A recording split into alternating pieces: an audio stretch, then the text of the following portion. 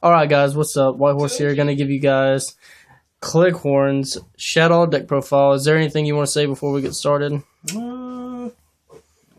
Deck is really fast and really dangerous.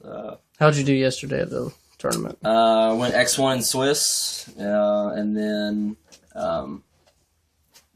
won top 4, and we split top 2, me and the other guy. Alright.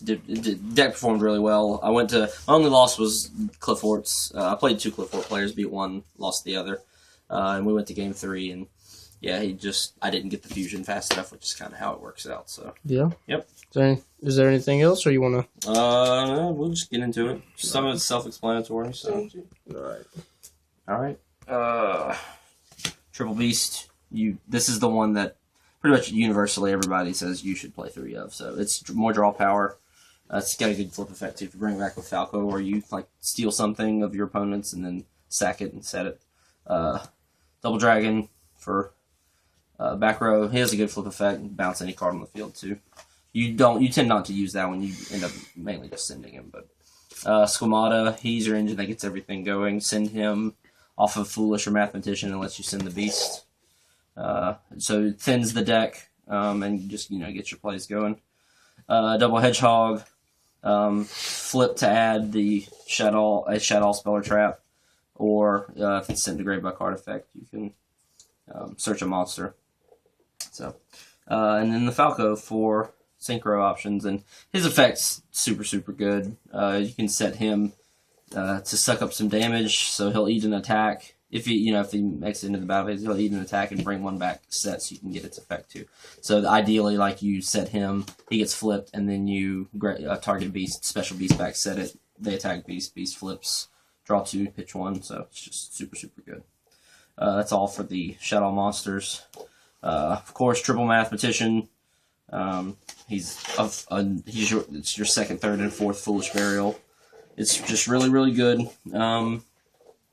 Triple of the MVP of the deck. Oh my god, that card is ridiculous. Yeah, I say you were pretty salty about this yesterday. I mean, I get it. You may or may not have been the guy who I beat in top 4 for all the people listening at home. Yep, he beat me. He 2-0'd me with that card. Yep, summoned that card. Tell him what you were playing.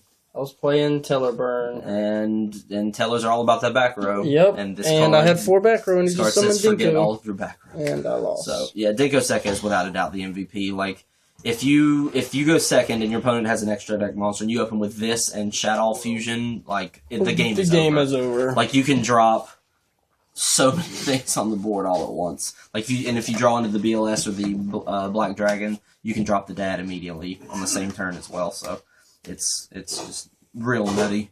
Double Black Dragon and double White Dragon. They're really good. They let you make the exceeds in the extra deck, and they're really good for thinning. So, like, if you got Shadow Fusion or El Shadow Fusion, summon them out to the field and then send them for the fusion cards from the field so you can search the other one and thin the deck and have more monsters in your hand for more fusing and stuff like that. I'm playing Double Honest.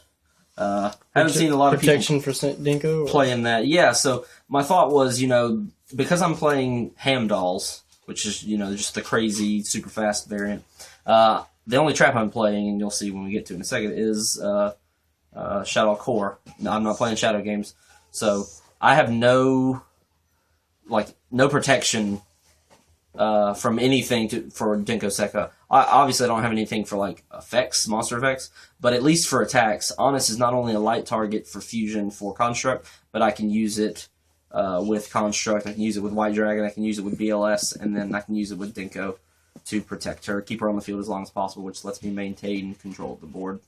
And then BLS and Dad are the big fellas in the main deck, and then with the Dads, the Wyvern. So that's all the monsters, and then staple spells. I'm playing Snatch, Foolish, and Allure.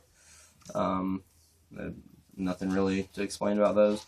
Double MST, I fought with a long time about playing it at 3, but eventually I told myself it was okay because I'm also playing the 2 dragons, and then most of my other decks, I have just the 3 MST, and I'm fine with that. So technically I have 4 in this deck, so I'm fine with that at 2. Enemy controller because like Snatch Steal, taking your opponent's monsters just makes the OTK even easier.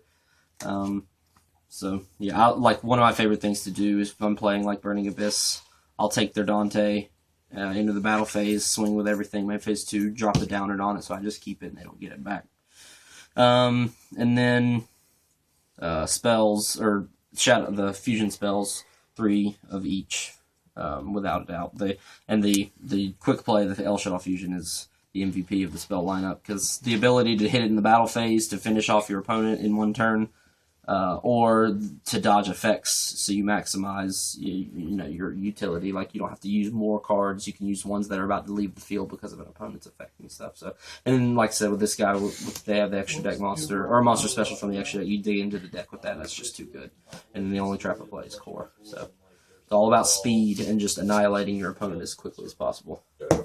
Yep, got it. Just like Sanic, got to go fast. Extra deck. It's pretty standard. Triple Construct, MVP of the extra deck without a doubt. Like most games, this is probably the only thing you're going to make out of the entire extra deck. Winda is more go-to when you're playing something like Burning Abyss, because if they can only special once per turn, they're pretty much just going to lose. I like. Do you like most of the time like El Shaddolls against like Burning Abyss whenever they go tour guide? Yeah, so what you can do is like there? you can chain El Shaddolls to tour guide, or you can chain it when they reveal the monster in hand to special summon, and the El Shaddolls fusion will resolve first, dropping the Wind on the field, and then the monster gets special summoned. That right there was their only special summon for the turn, so then they can't make anything with it, and they just lose to it because like Fire Lake, they're only out to it is Phoenix Wing Wind Blast if they're even still playing that. So it's really good. Yeah, they just can't deal with it. Play 1 Shekinaga. Once Necros are out and in full swing, I'm thinking about making room for a second one because Trishula is a problem. So I'm looking into that. But so that's all the fusions. Synchros, I'm playing an Armades for a 5. Goyo for a 6, and then I'm playing 3 7s. I think most people just play 2, but I was fine playing 3. Arcanite, Black Rose, and Yazi. I really like this guy. He's really good against Burning Abyss too because he can't be targeted, and none of the monsters can swing over him except like Acid Golem.